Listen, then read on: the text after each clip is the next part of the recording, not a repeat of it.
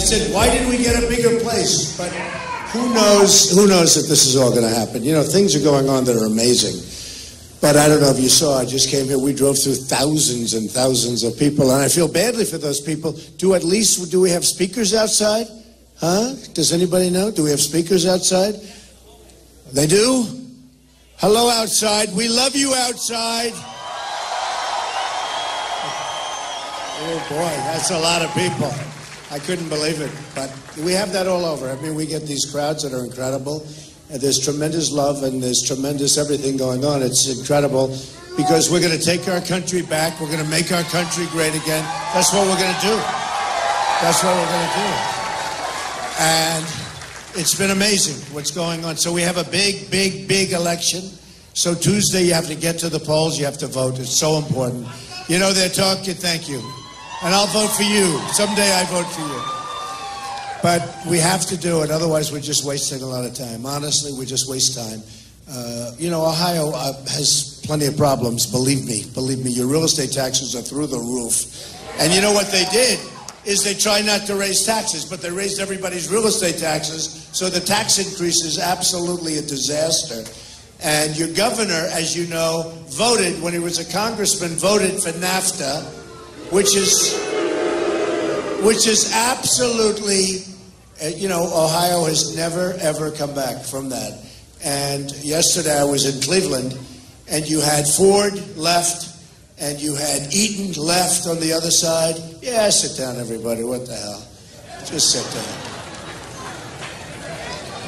Sit down. We could be here for a long time. I love it, man. We'll be here for a while. I think I have to come back because, in fact, what we're doing...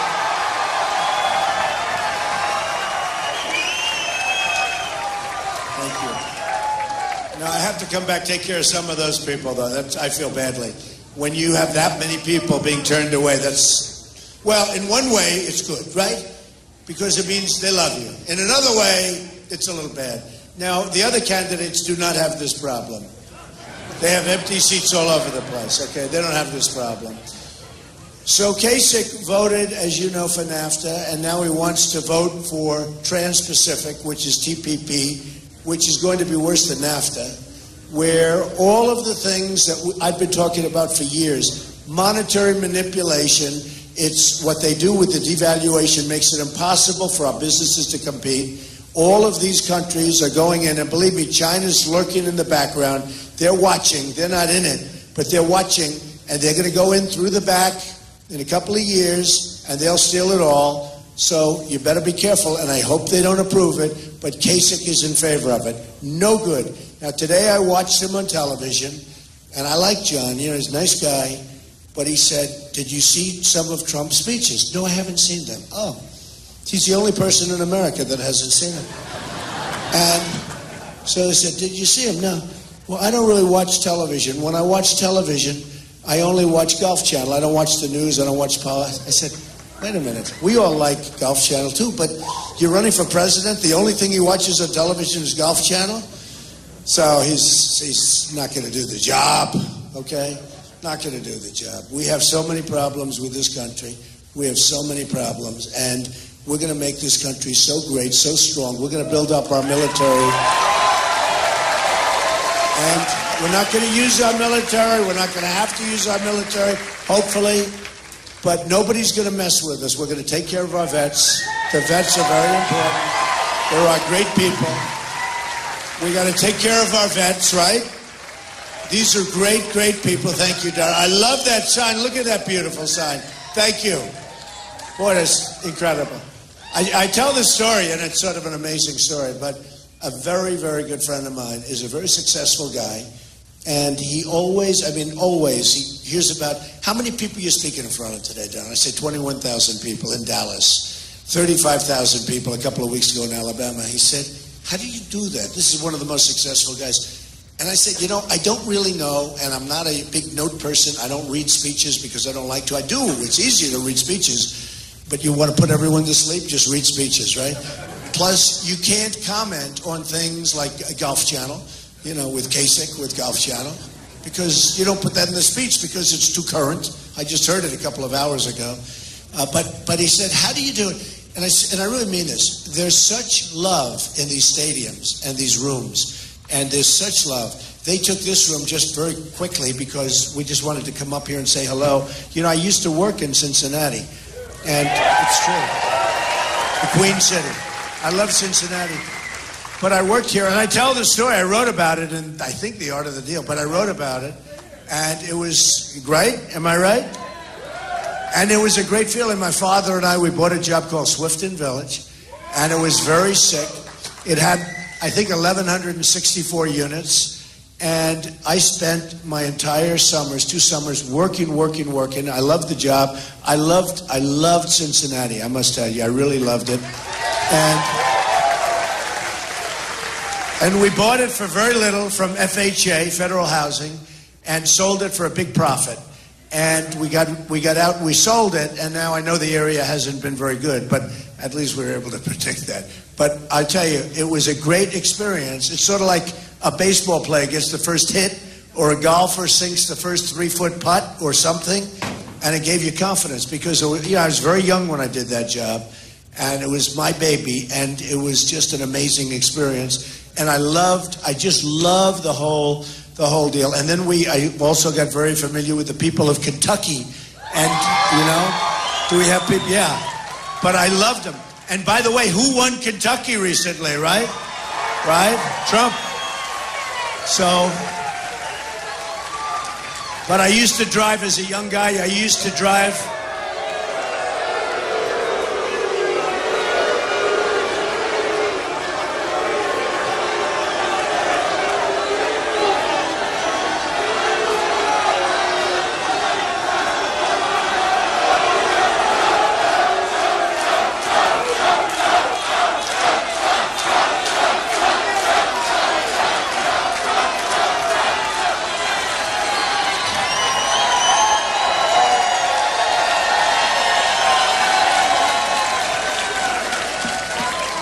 Well, it adds excitement, doesn't it, folks?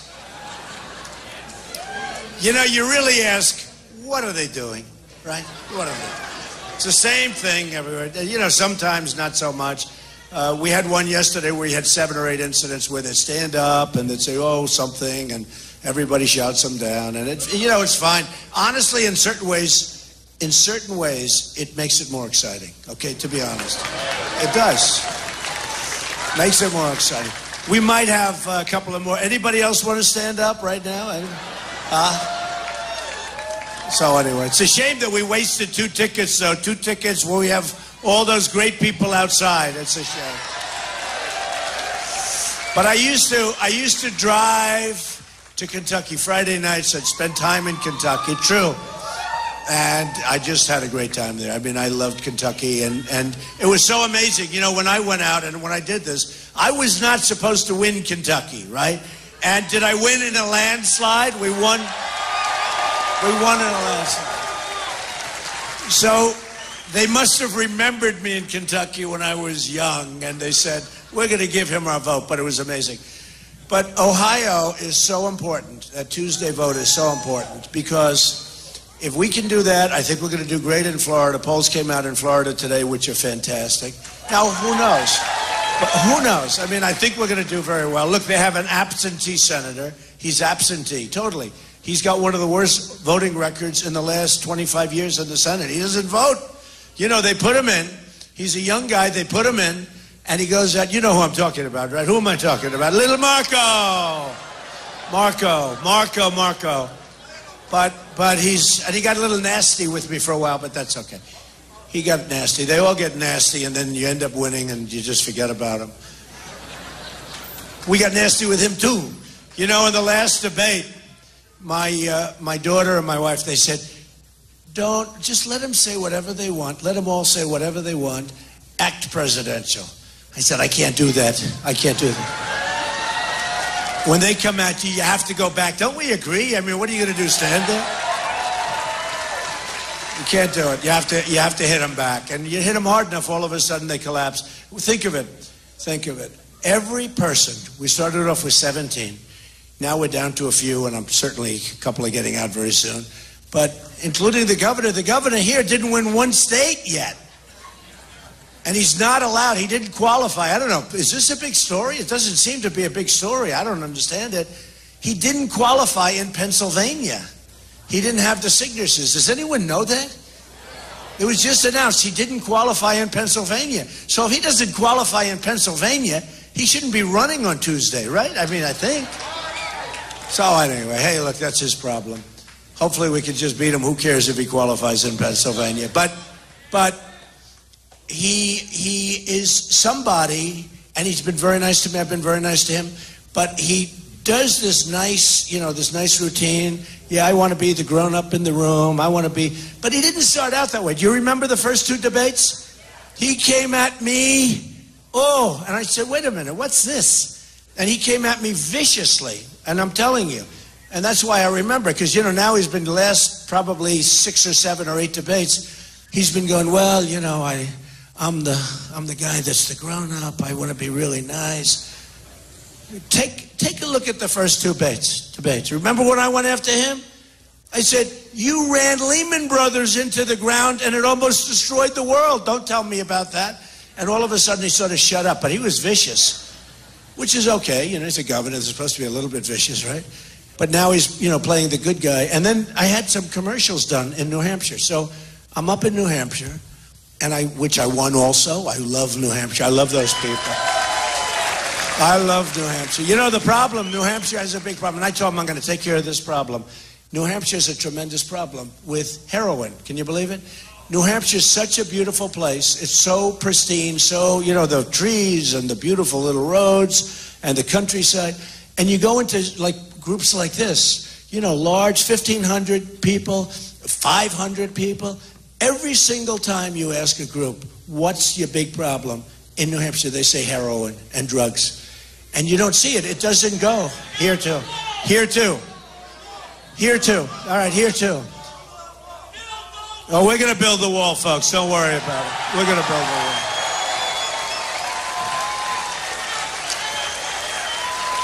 Think of it. We get the drugs, they get the money. Not a good deal, right? Not a good deal. No, we're going to build a wall, and Mexico's going to pay for the wall. It's very simple. Look, here's the story. Here's the story. Mexico going to pay $58 billion in trade. That's our imbalance. $58 billion a year. That's our imbalance. People don't know that. And these senators come up, Marco and Lion Ted. You know Lion Ted? He walks in, holds up the Bible, and I'm beating him. I'm just killing him with evangelicals because they don't like liars.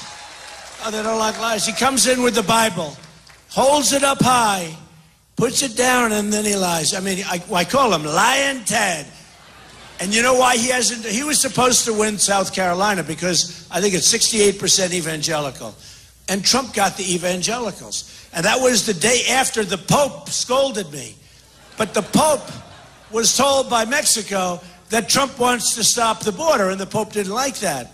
And the Pope really, I said, sort of interesting. So I'm getting ready. They're getting ready for the vote in South Carolina.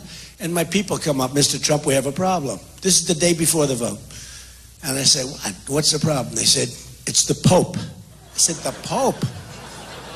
I said, that's a big problem, right? The Pope, I like the Pope. I do like the Pope. I said, why? What did I do with the Pope? I said, let me ask you, is it a good thing or a bad thing? They said, not good.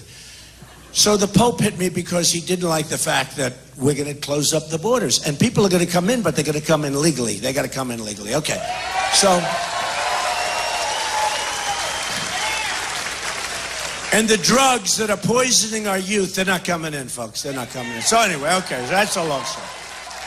So I get this thing, and they say the Pope, and because he was with Mexico, and I like Mexico, and I have a lot of respect for their leadership, much smarter than our leadership, and that's why, we can't make good deals because our leaders are not smart when it comes to trade, minor things like trade, military, healthcare, Common Core, all these things. They're not too good at any of it, okay? They're not good at anything. You want to know the truth. But so I get a call, say, the Pope. So then I saw the Pope was sort of angry because he was told by Mexico that I wanted closed borders. The Pope didn't know that tremendous crime is coming across the border, that drugs are pouring across the border, and just didn't know. He went, and the next day he was so nice. The next day the Pope was so terrific, and he did something. He issued something. I don't think it was exactly an apology. I don't want an apology, but he was great. We went to the polls, and I won South Carolina in a massive landslide.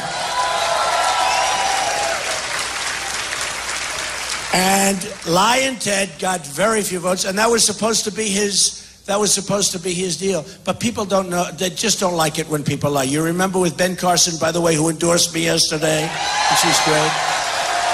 And remember in Iowa where Ben Carson was running, and all of a sudden the rumor was going out all over the place that he left the race. He didn't leave the race. Lyin' Ted said he left the race.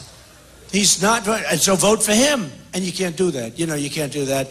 And then right after the election, he went and apologized to Ben. A lot of good that does. They should have disqualified him. You want to know the truth? They actually should have disqualified him. And they had it down many different ways. So anyway, we're going to run, and we're going to do some incredible things, and we're going to bring our country back, and we're going to bring it back in every aspect. And frankly, Hillary is a disaster, by the way. You know that, a disaster. And despite all of the stuff you see with Bernie, it's not going to be Bernie, it's going to be Hillary. But unless the FBI does its thing, because she's got a problem. Anybody else, look at all the people that were so badly hurt by doing much less than she did, including General Petraeus, a good guy, destroyed. He was destroyed for doing much less than what she did. So let's see what happens. I'm sort of predicting that certainly they would have done it already if they're going to do it. How can they let her run and then all of a sudden do it? So let's see what happens. But I know she's probably doing okay. Did you ever see anybody embrace President Obama like she's embracing him? Oh, the president is great. He's great. We love this plan. We love that plan. We love everything. She loves everything. TPP, interestingly, she originally liked it. Now she doesn't like it. She wants, and then if he wants it, she's going to want it again. So I don't know what if you know his position, his position is I like it. So I assume she likes it because everything that he wants. Now, why is she being so nice to the president? They didn't like each other for years, right? So why? Do you know? That's right. That's right. She wants to... Yeah. For him? For him, yeah, that's right. She'll pardon him, and she'll make him Supreme Court judge. Oh, that's interesting. Hey, he might just executive order himself into that position. You never know. I mean, nobody ever heard of executive orders until this guy came along. And he doesn't do it where you get a group of people in the room and you make the deals. And you always make good deals for your side, but you make like Ronald Reagan and Tip O'Neill. But anyway, so look, we have so many problems. One of the problems actually is that problem, Supreme Court. If a Democrat gets in, you already lost in losing Scalia. That was a terrible thing because he was a great guy. But nobody ever thought that was going to happen. I mean, that came out of the blue. They were thinking others that were older, and they were thinking others, all of us, and that's the way life is. Things happen. You have no idea it's going to happen. That's the way life is. So we lost Scalia. So now, whoever the new president is could actually get up to 4 and maybe even 5 Supreme Court justices. So let's assume that Hillary gets in, and she's going to put, well, no, if you don't, and I'll tell you what, a guy like Ted Cruz can never beat her in the general election. Never in a million years will never beat her. But she gets in, she's going to appoint 4 or 5 judges. You will never, as a country, recover from that. That's one of the most important things. In fact, some people are angry. I used to be establishment. I was a big contributor and all that stuff. And then all of a sudden I said, run. And they said, Donald's running.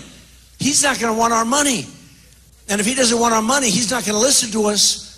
I'm self-funding my campaign, folks. And they're not happy about it. They are not happy about it. Because when the pharmaceutical companies, which give millions and millions of dollars to these senators, when all these people and all these companies, they give it to the lobbyists and through the lobbyists and the special interests, the pharmaceutical companies, you look at oil and gas, everything is controlled in Washington. So when I said I'm running, when was the last time you saw somebody run where they said, I'm self-funding? Did you ever remember anybody? No. Did you ever remember? In Washington, they have lobbyists, and they have, like, Rubio up on their forehead. It's emblazoned. I take care of Rubio. I take care of Cruz. They have these people. They're lobbyists. They're very good. You got to pay them a lot of money, and they go in and they get you what you need. You know, usually they get you what you need. But these guys are totally controlled. Like the drug industry does very little bidding. They bid like, you know, they get like, if you go to the drugstore and buy drugs to make you better, right? I mean, you're paying the same price. The United States is the largest drug buyer in the world.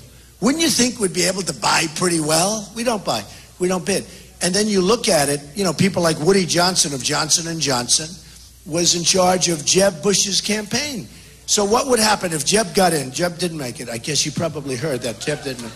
But he says, low energy. We don't need low energy, folks. We need very strong energy. When you see China, when you see the way I've done great deals with China. I've made a lot of money with China. When you see China coming at you, and you see Japan coming at you, and you see Mexico, you saw Vicente Fox the other day, right? Where he used the F-bomb. Nobody reported it. They didn't care if he used the F-bomb. Can you imagine if I said what he said? I told people this morning it would be the electric chair. I wouldn't be here right now. It's true. But he said, we will not pay for the wall, which made me actually happy because 2 years ago he said, we won't allow a wall to be built. So now we've already got the first. He's allowing a wall. But he said, we will not pay for the you-know-what wall, right? And they're going to pay. And the reason they're going to pay, very simple, with the kind of money that we lose on Mexico in trade, with a trade imbalance, when you have a trade imbalance of $58 billion a year, a $10 billion wall is peanuts, right? So when these guys come off the stage, you don't really mean that Mexico's going to pay for the wall. I said, of course they're going to pay for the wall. But Vicente Fox was so angry when he did that interview. I don't know, I think it was with CNN. Was it with CNN? They're all back there. Look at them. What a lot of... The most dishonest. You know who's really dishonest? The New York Times. They write stories. They never even call me. You know, you don't even have... They write stories. They're so inaccurate. They don't care. It's a badly run newspaper. It's a horrible... It's failing. It's going to be... Well, it'll either be out of business or a very rich person will buy it and just have it as a lavalier. But the New York Times is the worst newspaper. They do a big story. They won't even call you for a comment. They don't care. And when you call them because you want to comment, like I had a person recently for something, call. No, we don't want your comment. We don't want to comment. They write a story. And then it's all wrong, and they couldn't care less if it's wrong. That's why I said we have to do something with the libel laws, folks. You have to, when you're libeled, you have to be able to go and sue a newspaper and get them to change, and in addition to that, get some money. Now, that's not freedom of speech. That's not to change. All we want is for them to be honest. But when you have a dishonest newspaper like the New York Times, you have to be able to sue them. You have to be able to do it because the level of dishonesty, and that's why I talk about so many of them, but the level of dishonesty of the press is beyond belief. Far greater than you would ever think. Believe me, because you don't see it as much. I see it. I see it. They do stories that are so bad, that are so wrong, and knowingly wrong. They do it for headlines. They do it for whatever. And they're all having a hard time. You know, they're losing money. But a lot of them are losing money because people have given up on them. Like, for instance, I go around, and whenever I talk about the media, the place always stands up and boos the hell out of the media. They're less popular than politicians, which is pretty amazing when you think of it. So this forum is really cool. I haven't done this in a while. I love doing this. I love this forum. The problem is you don't get that many people in the room. That's, you know, it's got to be a little more intimate, but I love doing this forum. So what I want to do is we'll take some questions, and then I'm going to come back because we're going to have to do a much larger room because I feel so guilty about what we have over there. I mean, really feel guilty about all the people outside, many of whom we told to just leave, I'll come back. Even if I come back after the election, I'm coming back, okay? Well, let me put it this way. Let me put it this way. If I win, I know I'm coming back. If I lose, yeah, maybe not. Okay, go ahead. Nice hat. Cincinnati. Oh, we love Cincinnati. Mr. What do you think? Hey, by the way, Pete Rose, let him in, right? Right, yeah. What are they doing? Mr. Trump. You know, before you start, wait. Charlie Hustle, right? So I watched him, and he was a great player. And it's so ridiculous. Don't you think he's paid the price? First of all, he didn't bet on he bet that he would win, not on the other team or anything, right? But look, he's not supposed to do it. It's a terrible thing, all that stuff. How long has he been waiting? Like 30 years, 35 years? He's got more hits than anybody. He was so good. I still remember when he went into second base and he took out Doug Harrelson, right? Right? That was the name of the second baseman. Good. That means still good. But, you know, we got to let Pete Rose into the Hall of Fame. And, you know, Charlie Hustle, if I were the commissioner, honestly, I would do it. He would be so popular. I have never met a group, even people that just used to root against him, which was hard to do because he was really good. But even people that used to root against him, they'd say, let him in. And I don't know what Major League Baseball is doing. Who cares? But let Pete Rose into the Hall of Fame. Do you agree with that? Better agree. Okay, go ahead. This guy agrees. I can tell you with that hat on. I love you, Donald Trump, man. You're the future of America. Thank you, man. Thank you. I just real quick. I've been waiting 17 hours to see you today. I got here. Unbelievable. I got here at 11 o'clock last night. I was the very first one here. I just wanted to know, and I didn't get front row. I'm in the second row. But with that said, were they here before you? No. Right? That's pretty good. I would love to get a picture with you before I leave today. I'll do that. Thank you. Okay. Thank you. Go ahead. Right over here. Hi, I'm Robin from Cincinnati Soldiers Support, and I have a very special person here with us today, Mr. Keith Maupin, and I think everybody in this room knows who Mr. Maupin is. Where? Mr. Keith Maupin. Keith, stand up. Hey, Keith! I'm going to let Keith ask the question. A lot of courage, right? Keith is a veteran, and his son was captured in Iraq, and he was killed. And Keith would like to ask you a question because we all know that that you support our veterans, POWs, more than anybody by everyone far. else. Mr. McCain, he went through years of trying to get his son back. John McCain would not help him. We know that you would help our POWs. John McCain has not helped a lot of people like he should. That I can tell you. That's true. Go ahead. How are you doing? How are you? Sir. Nice to see you. Go ahead. I come here because you made a comment to John McCain. Okay. That you don't think that captured soldiers are heroes. Oh, no. I never did that. Well, what I want you to do is just clarify that for me, okay, because I think it's important for all these people here, yeah, and for a lot of veterans that's in Ohio, especially Ohio. And I know what you were doing. You know exactly what I was doing. But I wanted you to explain they are heroes, that. just so you understand, and real heroes, okay? You know that. Thank you. Oh, that's for me. Wow. Thank you. Very nice. I like that. Thank you. You know that, okay? Thank you. Thank you very much. Appreciate it. Okay, who else? Go ahead. Go ahead.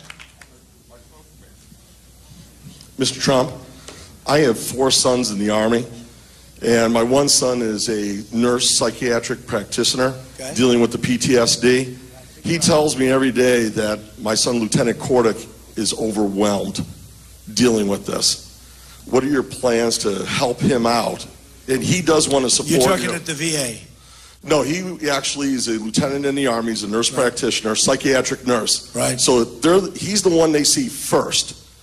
And the biggest issue, he says, that no one in the VA, very few of them, understand what they have gone through. He's telling me that it's better that they have some help.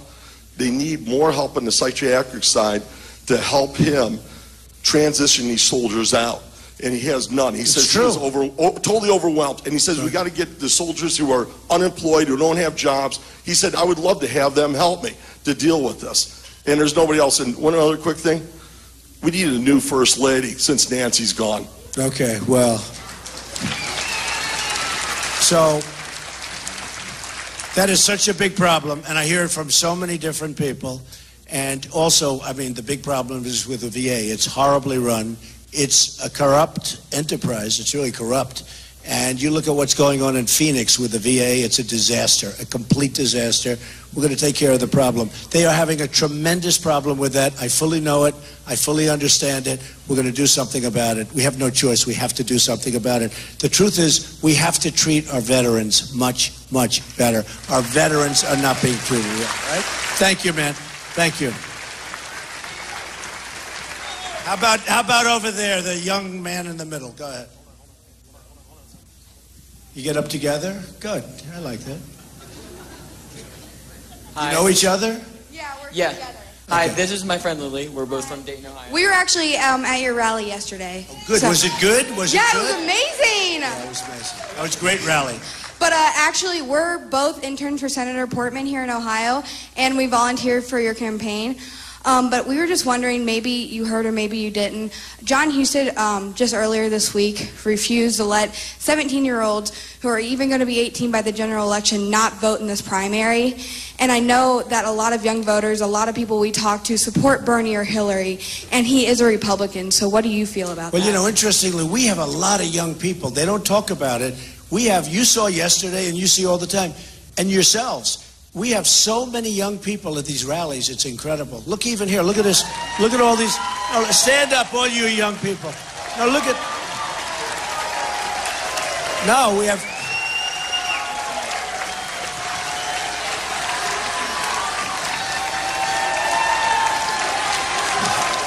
I would bet you, and you know, I would seriously think we have as many young people at least as Bernie. We have so many young people at our rallies. And it actually surprises me to a large extent. So you're talking about the 17. You're voting for Trump, right? Yeah. You're okay with me. You are okay with me. You can vote for me anytime. So what's going to be the problem? Go ahead. No, I was just curious, is that even though he's a Republican, do you still support him with that? Or do you think that... Do I support? John Husted with his decision. Well, I have to look at the decision, darling. Honestly, I have to look at it. You tell me what to do. You're with me. You're working with us. You're a volunteer. What do you want me to do? If I could vote, I actually missed the deadline by 4 months, I would definitely vote for you. We love you. Thank you, honey. Thank you. Thank you. Okay, go ahead. A young one here. A young one. You are young. How old are you? I'm a 7th grader. Wow, that's beautiful. So many young people. So many young people. Go ahead. I'd like to know what you would do for my education in the next 4 years. Number one, your country is going to be safe. Because, you know, if you don't have a safe country, and with people that aren't very good at what they do, like the people running our country now, you might very well, and don't underestimate this, you might very well not have a safe country. And it's so important. You know, the number one thing we have to do is security, safety. And I'm not just talking at the border. I'm talking about our military. We have to build it up. We have to replenish it. You know, a friend of mine has a son who is he served 3 terms over in Iraq, 3 tours. And he comes home and I see him. And his biggest complaint is that the enemy has better equipment than us, and it's our equipment. So we give the equipment to people that we think are working with us. You know, the old story's been going on for years. And a bullet's fired in the air, they drop the equipment and run. Brand new Humvees, brand new everything. And he's saying, we have older equipment, and they have beautiful new stuff. And it really bothers the hell out of them. So we're going to take care of that, folks. We're going to take care of it. We're not going to let this kind of nonsense happen anymore. We're going to work very hard on education. Just so you understand, Common Core is dead. Do you know what Common Core is?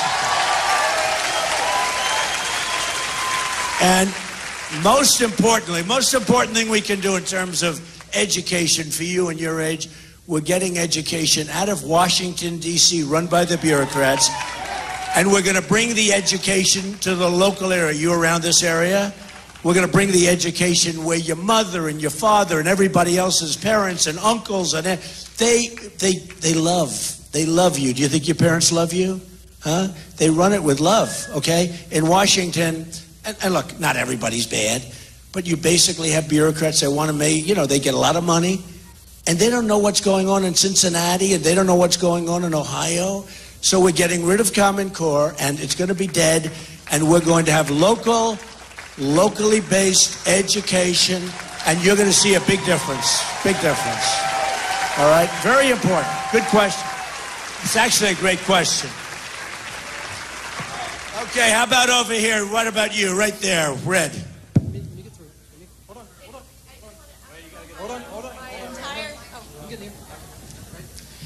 I'm from Ohio. My name is Misty, and my entire family is from Kentucky. They were all very happy to vote for you in the Kentucky primary. Thank you. It is so refreshing to have a presidential candidate that is not bought and paid for, That who is is self-funding. That is. And I 100% believe in you that you will make America great again. Thank you so much. That's better than a question. I love it. We'll take care, okay? Thank you. Thank your whole family. No, that was such a great thing that happened in Kentucky. Because in theory, people would say, you know, well, how does Trump, a couple of people said, how did Trump win Kentucky? And we didn't even win it. We won it in a major, major landslide.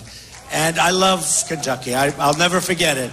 Okay, go ahead, darling. Right here. Right here.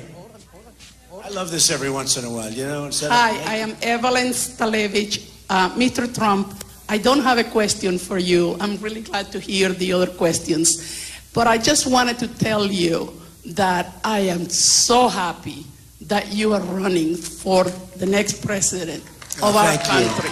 Where are you from with that beautiful accent? Yeah, I am from Managua, Nicaragua, Central America. Telling you. Yes. The Hispanics. Yes. We're going to do so well with the Hispanics. Yeah. People know.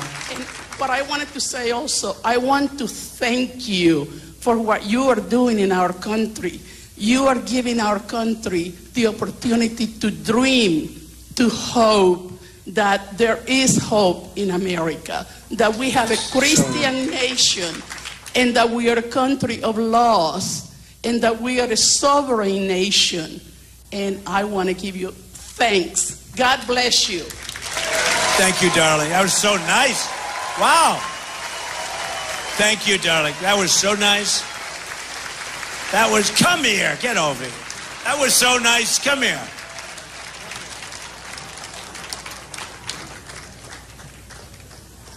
That was so nice.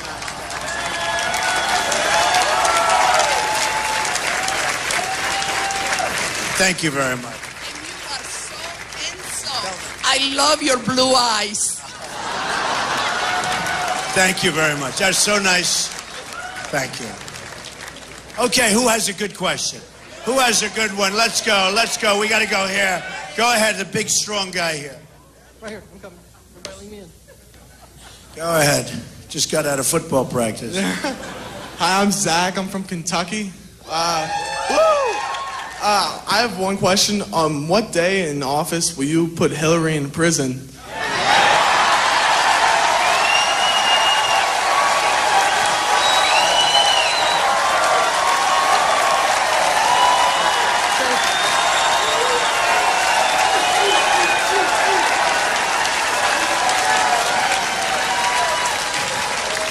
So, you know, there's a 6-year statute of limitations, I guess. And Hillary's fighting for a lot. You know, if she makes it, nothing's going to happen. And if she doesn't make it, certainly you have to look into it, and you have to look into it very strongly, because so many lawyers, whether you watch them on television, whether you read them in the newspapers, whether you see them wherever you see them, I mean, very rarely do you see a lawyer that says that she's innocent of this horrible situation. And you actually have to ask yourself, why'd she do it? What's the big deal? Why would she do it? Why would she do that, other than it's always the same thing with them? It's sneaking around the corner. It's sneaky, dirty stuff. It's gone on like that for years. It's gone on like that for years. So I will tell you, you know, number one, it's not me, but certainly people are going to look, and you know what? If there's anything wrong, and you have to do it, you have to do that. You have to do that, because so many people have asked me that same question, and you have no idea, and she's being protected. Look, let's face it. Look, it's not complicated. What she did, certainly to me, is certainly she broke the law. To me, what do I know? To me, she broke the law. And it looks so bad from the standpoint of the rest of the country, and even from the standpoint of all those people that did something much less. So many people did something much less. How do you think they feel? How do you think Petraeus feels? How do you think all these other people feel? And here she is. She's got a clear path to running for president. But you know what? The first thing I have to do with Hillary is beat her. The next thing we'll do is we'll look into that. Okay? We'll beat her. We'll beat her. And you know, it's interesting. We haven't even started on her yet.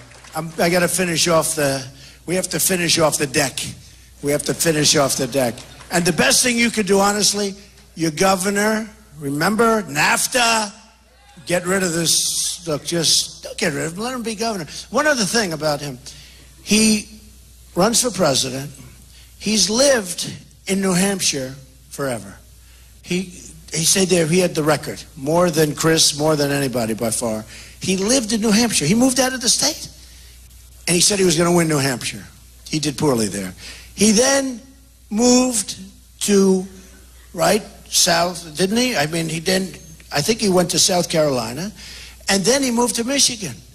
Now, he said, I thought, and I must be mistaken, but he said that he's going to win Michigan. And he's going to win it easily. I won it in a landslide. But he said he's going to win Michigan. He's going to win it easily. So he went to South Carolina, stayed there, lost. Lost in New Hampshire.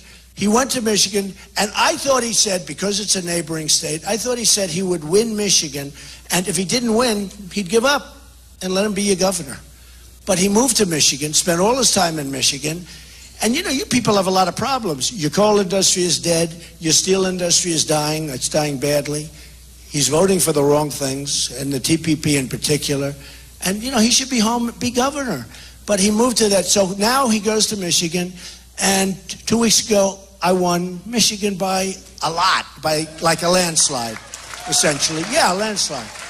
And when I won Michigan, I said, oh, good, that's good. Kasich is going to drop out of, he's going to drop out of Ohio, and that's good. But he didn't drop out. So, you know, I think you got to show him, folks. You can't do that. You can't be an absentee governor. You got to run for governor. You got to be governor.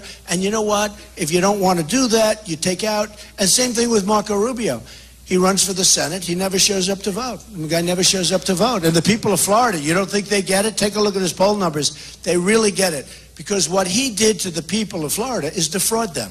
He said, I'm going to run. I'm going to represent you. I'm going to represent you. And about 15 minutes after he got in, he starts running for president.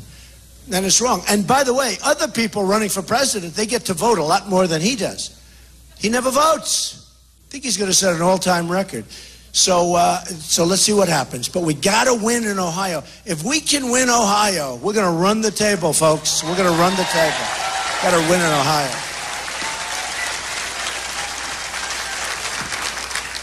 Go ahead. Give her that mic. You just shout it out. Go ahead. You got it. Yeah. Go ahead.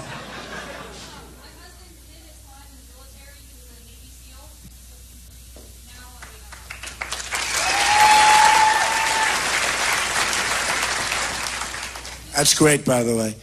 That's good. Good.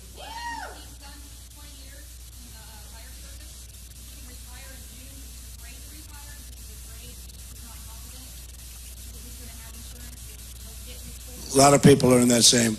They want to retire. They're afraid that they're not going to have anything to go by. They think their insurance companies are going bust. They think a lot of problems. Look what's happened with the stock market going down. Did you get affected by that? By the stock market going down?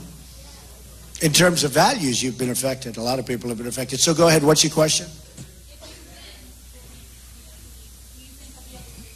We're going to make this country so strong.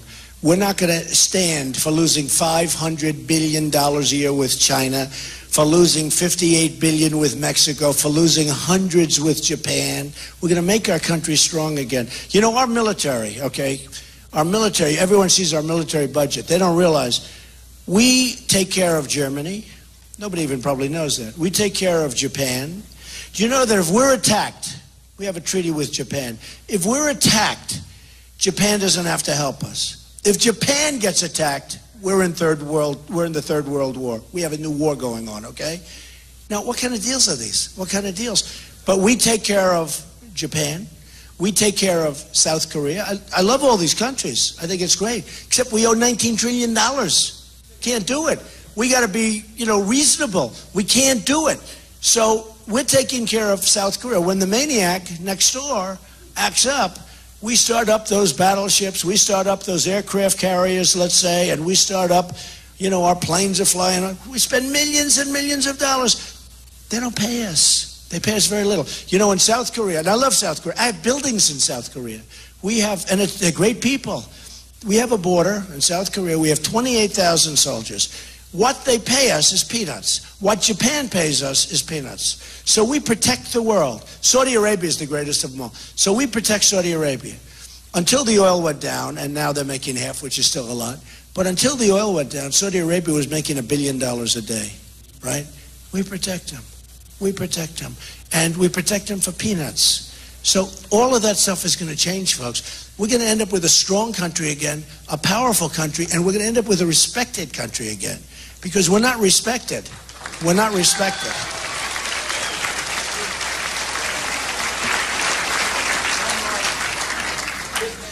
All right, 2 more questions. Come on. 2 more questions. What's your question? Excuse me. My name's Roger. I'm here in Cincinnati. I'm also the CEO of the Motorcycle Rifle Association. And we've endorsed your We campaign. are going to save the Second Amendment, That's right. Roger. I got something for you. That's what I was asking about. Throw it. Throw it. There you go. Yeah, give it to me. There you go. Whoops, Get me that card, would you please? Thank you. Get me the card. Thank you very much. Get me that That's card. what we're concerned about. So you endorsed me? Yes, sir, I we heard did. about we that. Endorsed. You heard about it. Yes, we heard were actually participating. I'm glad That's I your- told him to stand That's up. your membership card. A lifetime membership. I like it. Good deal. Good, thank you. And we're So covering good. a lot What's of the your motorcycle rallies right now for you. And that You was know, all it's a I'll let funny you know. thing. I don't get it, but I do get it. Do you know the motorcycle guys love Trump? Do you know that? Every place I go, right? And I'm not too much on the motorcycles, right? But every place I go, there's hundreds of guys with motorcycles, and they say, "We love you, Mr. Trump, we love you." You know what they love? They want to see a strong country. They want to see a strong military. They want to see a strong everything. They want infrastructure. They want our highways fixed. I mean, if I'm driving a motorcycle, I don't want to go over potholes, believe me, okay? Not good. But the motorcycle people love Donald Trump. Go ahead, darling. Go. Jerry's great. I know Jerry.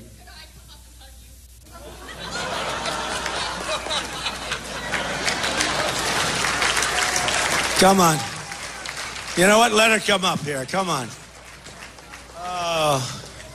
Okay.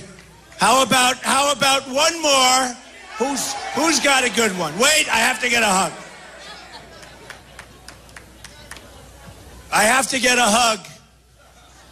Come on. Come on. You're great. Say hello. She's fantastic. Thank you, everybody. All right, who's got a good one? Who's got a good one? Maybe I have to go back here, right? How about, who's got a good one? Who's got a nice one? Go ahead, sir. Go ahead, the two of you, right here. Go ahead.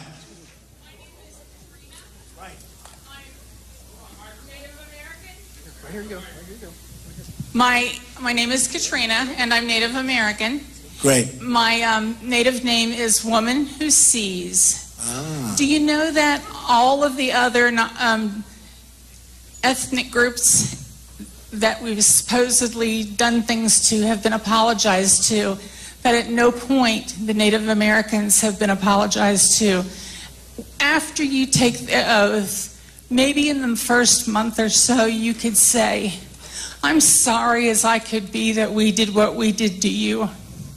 Well, I'll certainly look into it. You know, I haven't been big on apologizing. You do know that, right? They complain Trump never apologizes.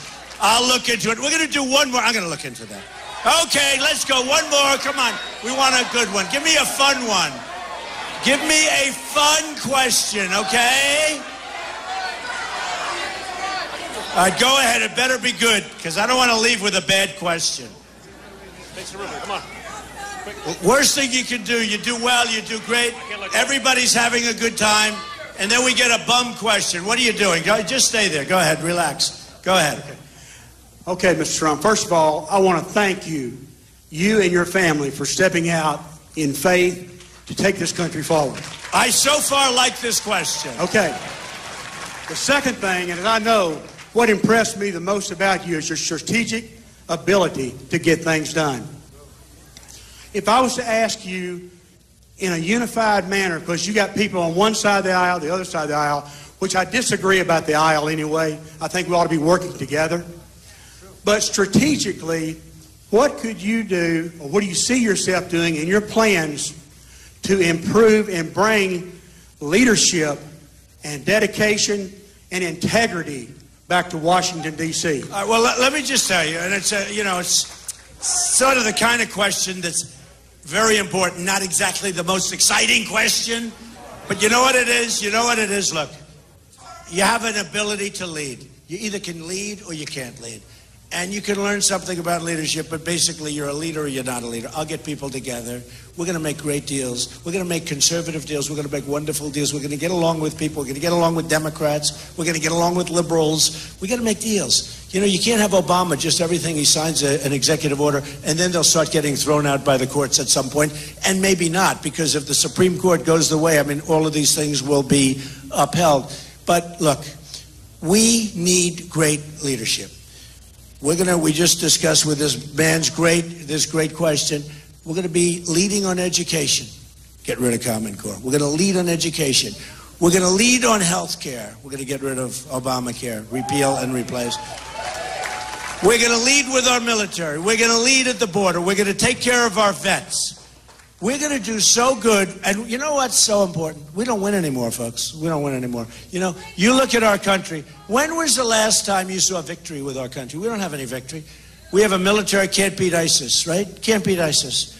You look at our great generals of the past, they're spinning in the grave. They can't beat ISIS. And we don't fight them. We don't fight to win anymore. We fight to be politically correct. If you're going to have an enemy, you got to win. You got to win.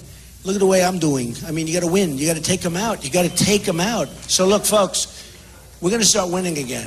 We're going to be the smart country. Right now, we're not a respected country. We're going down. We're going in the wrong direction. We're going to start winning on health care, on borders, on military. We're going to win so much. You're going to be so happy. You are going to remember this day, and you're going to, more importantly, remember Tuesday when you go to vote. And in 2 years, and 3 years, and 10 years, you're going to say there was a single greatest vote I ever cast. I love you. I love Ohio. I love Ohio, and I love Kentucky. And I hope you go out, and I hope you vote and bring us home a big, beautiful victory on Tuesday. Thank you. We will make